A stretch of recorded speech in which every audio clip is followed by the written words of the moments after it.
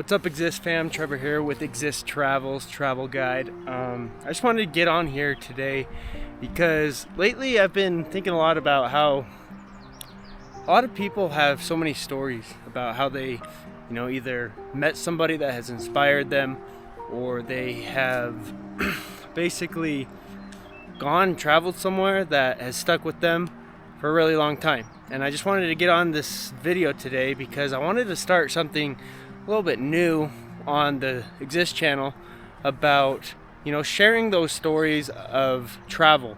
I've been very privileged with Exist and meeting some very amazing people, and this is completely out of my comfort zone. Talking to a camera, usually I'm behind the camera filming stuff, but I think it's very important at least to share some stories that I can share with either my future kids or to share with somebody out there that may need to hear this, to kind of just inspire them to share their story about traveling, or to share their story with a family member about how they have helped them.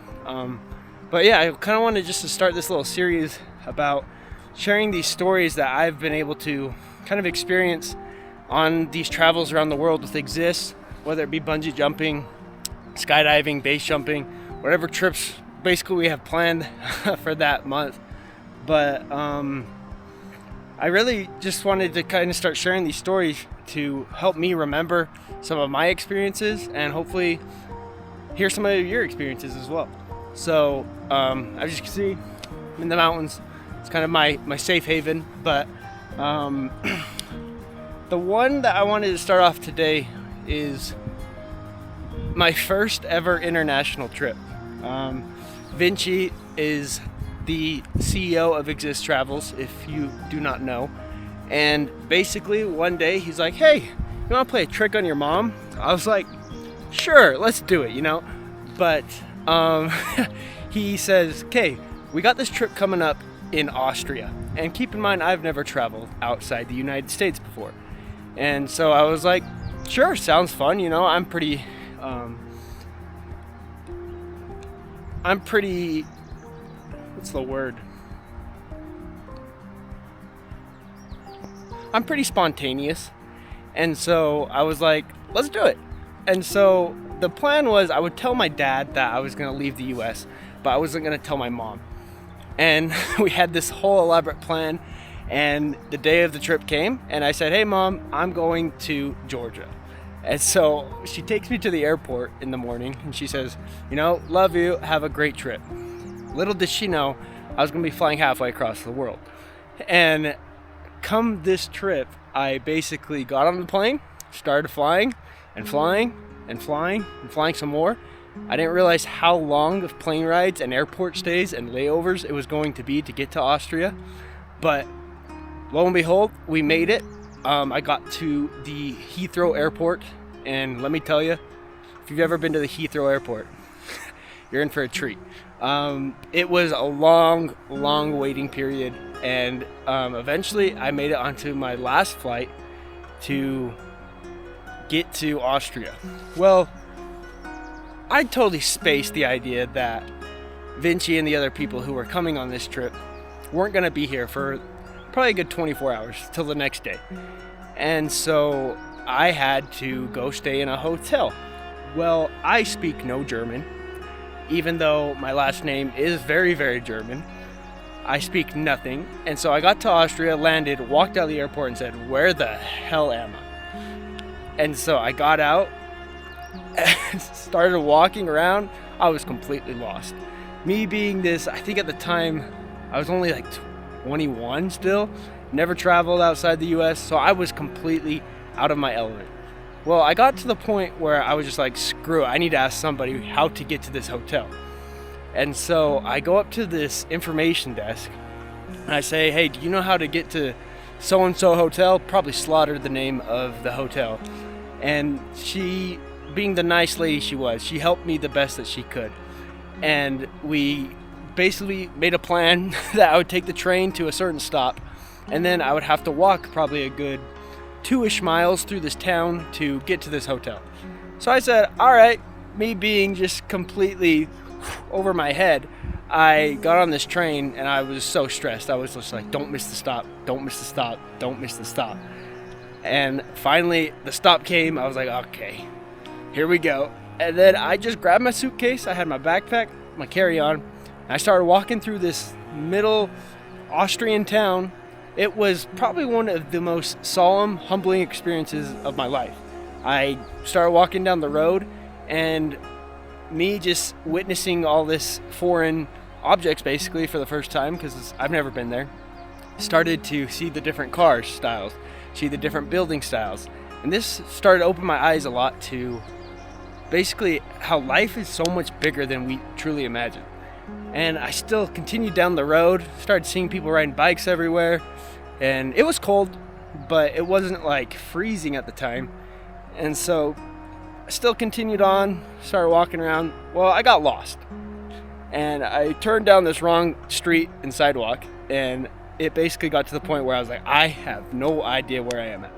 And again, me being just completely new to this whole thing, I had no idea about eSIMs or like getting my service beforehand.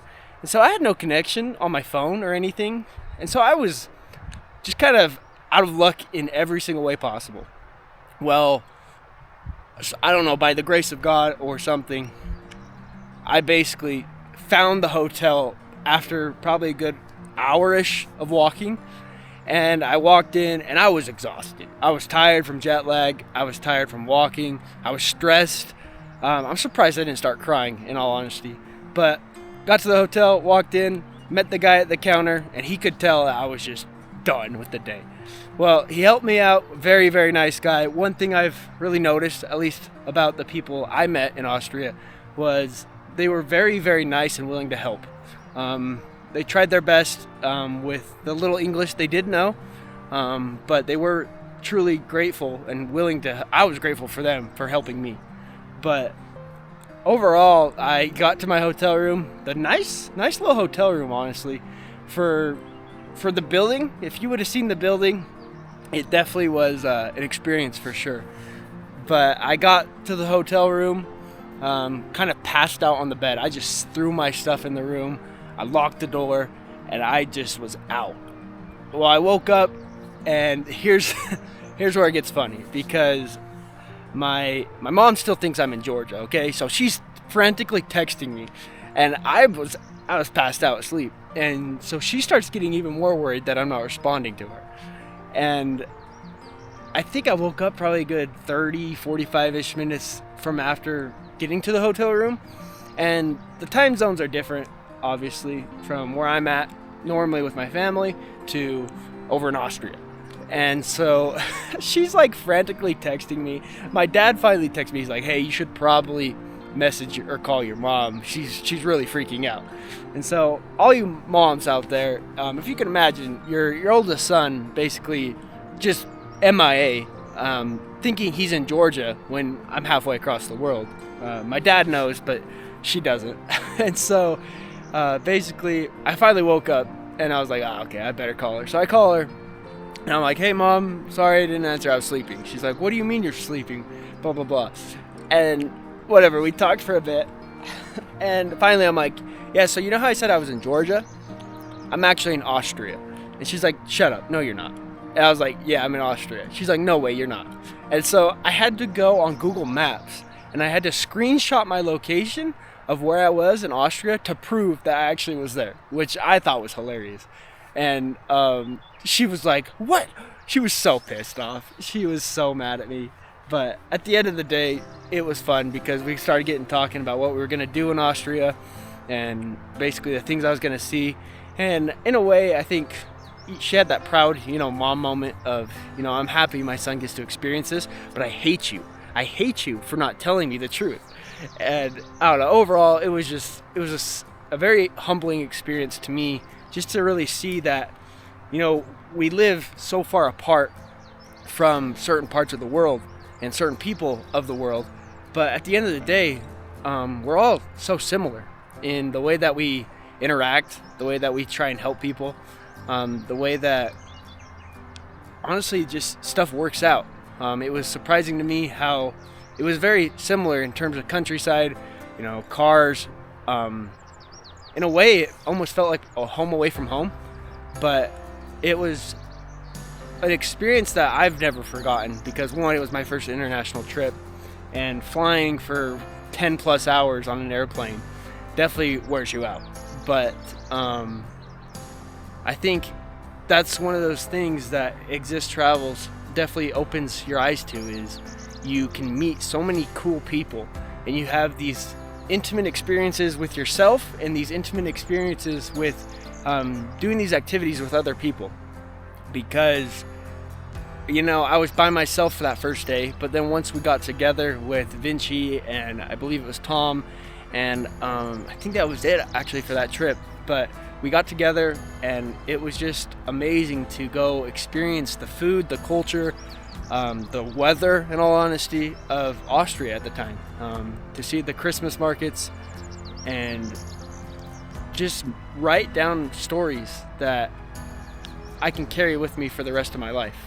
And that's something that I've tried to learn to love and to grow on with becoming who I am, because it's honestly amazing to see how there's so many different cultures that can help you learn to just love the world better. And so I don't know, but I just wanted to start doing these little kind of talks to camera so I can get more comfortable myself talking to camera, because again, I'm usually behind the camera filming stuff, and this is completely out of my element. That's why I'm up here in the mountains, because it's still kind of my happy place. But hopefully we'll start hearing more from, I'm gonna try and get like Tom, Lauren, Vinci, honestly whoever. If you have videos too like this, I'd love to start posting on this channel from just your travel stories, just cool stories that you have. So yeah, I don't know, but just thought I would do this, and hopefully I can share some more stories about those Christmas markets or some of my bungee jumping adventures. Again, I'm so grateful for Exist as a whole, and being able to give me this opportunity to travel, meet people, and hope to continue to meet more. So hopefully we'll see you in the next one.